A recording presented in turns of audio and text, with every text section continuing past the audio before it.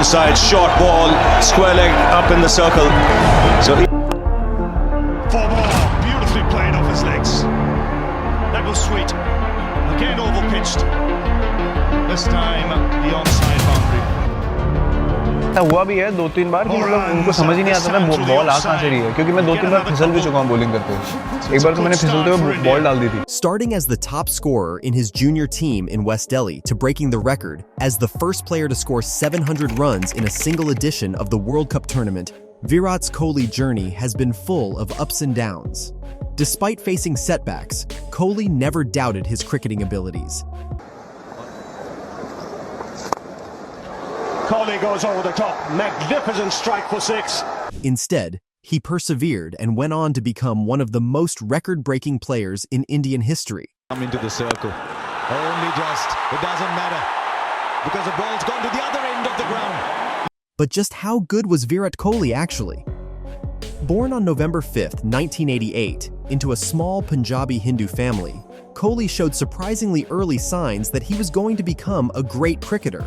Unlike other legendary cricketers' background stories, Kohli already had an affinity for cricketing when he was as little as 3 years old. He would often pick up a cricket bat with his tiny hands and request his father to bowl for him. It seemed very cute, but his father could already see there was no stopping his cricket dream. Kohli spent his early years in Uttam Nagar, on the west side of Delhi. He started schooling at Vishal Bharti Public School and was a bright student. As he grew, Virat's love for cricket grew more and more. His father could not help but notice his deep love for the sport. So Virat's father arranged for him to meet the legendary Rajkumar Sharma. The legend was a cricket coach and a former Ranji Trophy player. Meeting Sharma at such a young age was big for Sharma.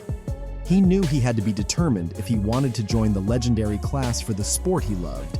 Virat's junior cricket career kicked off in October 2002 at the Lunu Cricket Ground in a match against the host state of Himachal Pradesh.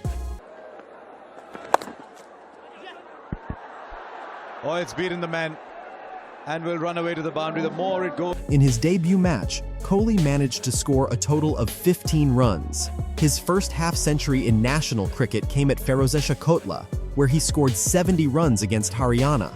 Throughout the season, Virat Kohli had gathered a total of 172 runs. Average of 45. Full toss.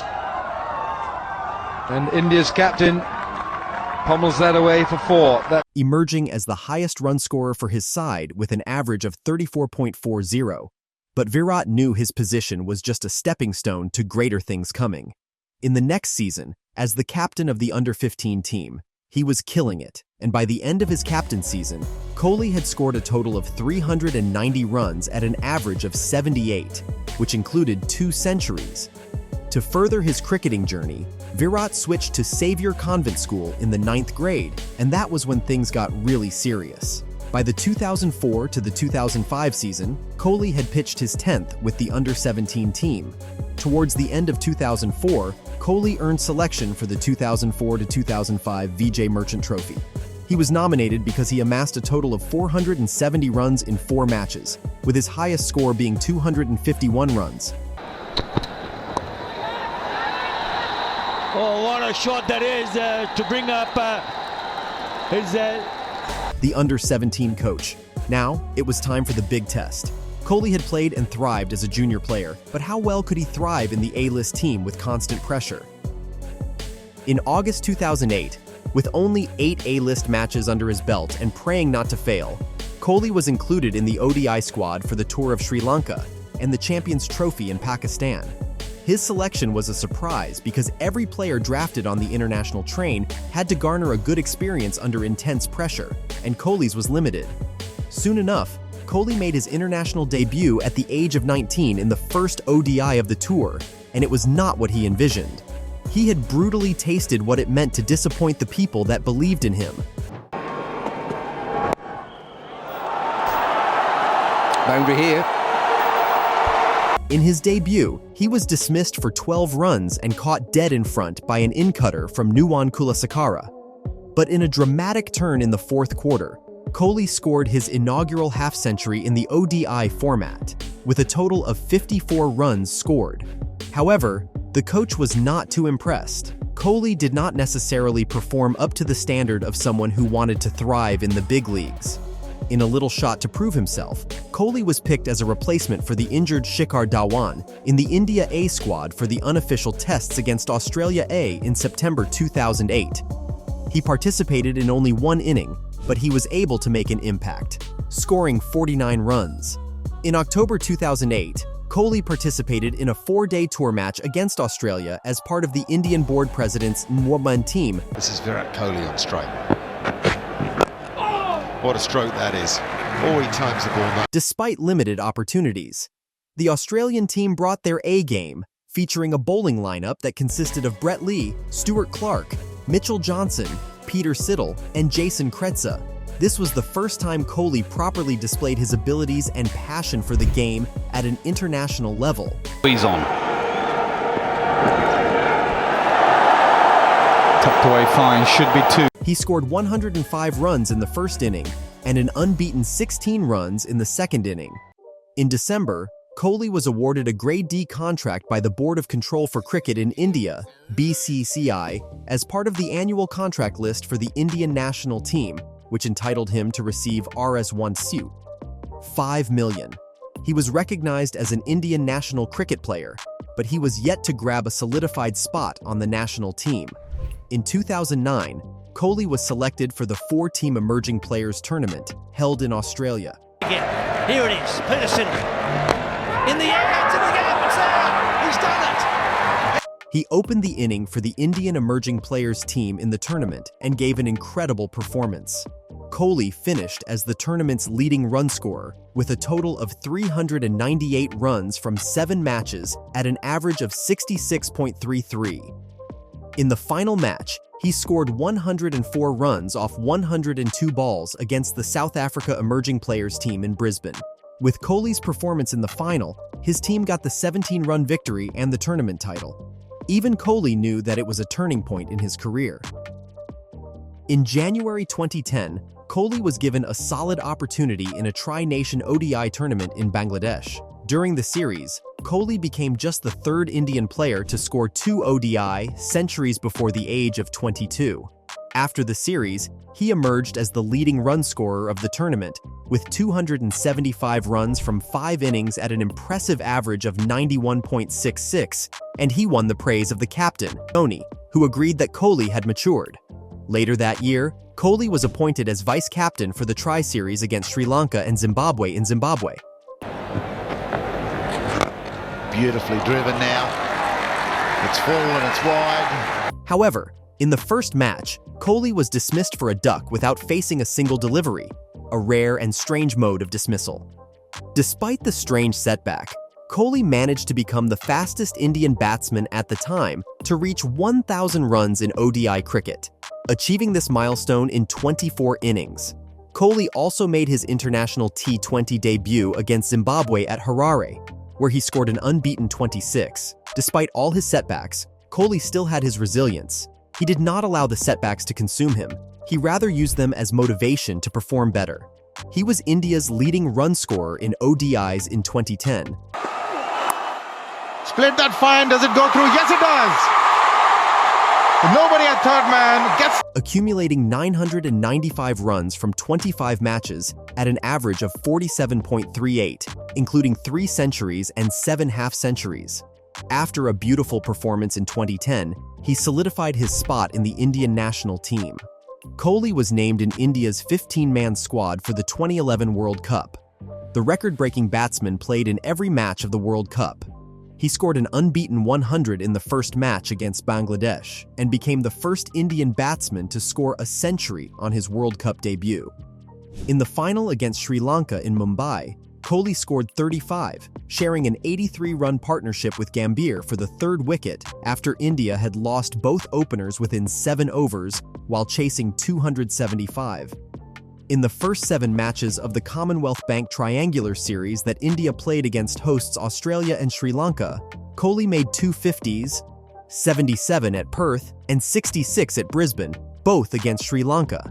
Although they lost the tournament, Kohli finished as India's highest run scorer and lone centurion of the series with 373 runs at 53.28. Then Kohli basked in his big boy era.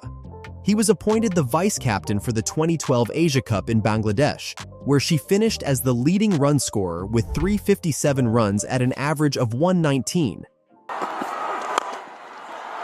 He's got another boundary. He's played that slap of a shot that he's made his own. You would think his performance would decline with age, but it got better. Fast forward to 2023, Kohli had one of the best years of his career. During the World Cup match against Sri Lanka at the Wankhede Stadium in Mumbai, he broke several records. He also surpassed Ricky Ponting to become the third highest run scorer in ODI cricket. In the ICC ODI World Cup 2023, he scored a record 765 runs, the highest in a single edition in the history of the tournament. On the 28th of December 2023, in the Boxing Day Test match between India and South Africa during the India Tour of South Africa, Kohli achieved a new record of scoring over 2,000 runs in international cricket in a calendar year for the most number of times 7, surpassing Sri Lankan legend Kumar Sangakkara. More recently, in May 2024, he was named in India's squad for the 2024 ICC Men's T20 World Cup tournament, which India eventually won. After India's win, Kohli announced his retirement from T20s. While Kohli had his fair share of underwhelming performances, he proved himself, setting records where nobody expected.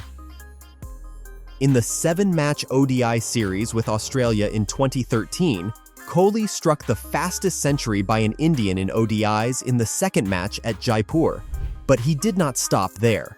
In the 6th ODI at Nagpur, he reached the triple-digit figure in 61 balls, making it the third fastest ODI century by an Indian batsman. Subsequently became the fastest batsman in the world to score 1,700 in ODI cricket. The next year, Kohli was named the vice-captain for the 2014 ICC World 2020 alongside Dhoni. He made a total of 319 runs in the tournament at an average of 106.33.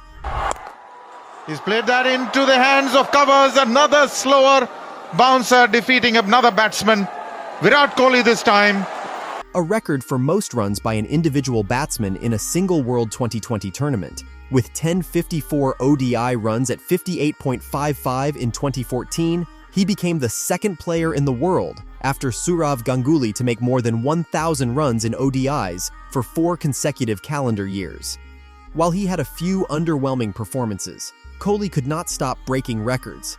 After Dhoni retired from Test cricket, Kohli was named the Test captain, and he became the first batsman in Test cricket history to score 300 in his first 3 innings as Test captain. Then another World Cup Test came, and Kohli was not moved. His 107 runs from 126 deliveries in the first match earned him the Man of the Match award and established him as the first Indian batsman to score a century against Pakistan in a World Cup match. While many people might be biased when it comes to Kohli and his performance through the years, he has the distinction of being the only cricketer to have been named the player of the tournament in the T20 World Cup on 2 separate occasions, in 2014 and 2016. He is also the batsman with the most centuries in ODI, with 50. He surpassed Sachin Tendulkar's tally of 49 ODI tons and achieved this feat on the 15th of November 2023 in the semi-final of the 2023 Cricket World Cup, while also becoming the first player to score more than 700 runs in a single edition of the tournament. Furthermore, in international cricket, Kohli has amassed 80 centuries, second only to Sachin Tendulkar's 100 centuries. In 2018, Kohli set a record, becoming the first player to score 1,000 ODI runs in 11 innings in a calendar year. In 2022, he achieved another milestone by scoring 1,000 runs in the ICC Men's T20 World Cup, becoming the second player to reach this feat after Mahela Jayawardene. During the match against Bangladesh, he became the top scorer in the history of the T20 World Cup.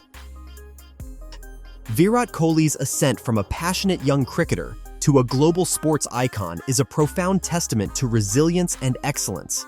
His achievements are remarkable, but it was his father's early recognition and support that helped ignite his journey. Thank you for exploring the inspiring career of Virat Kohli with us today.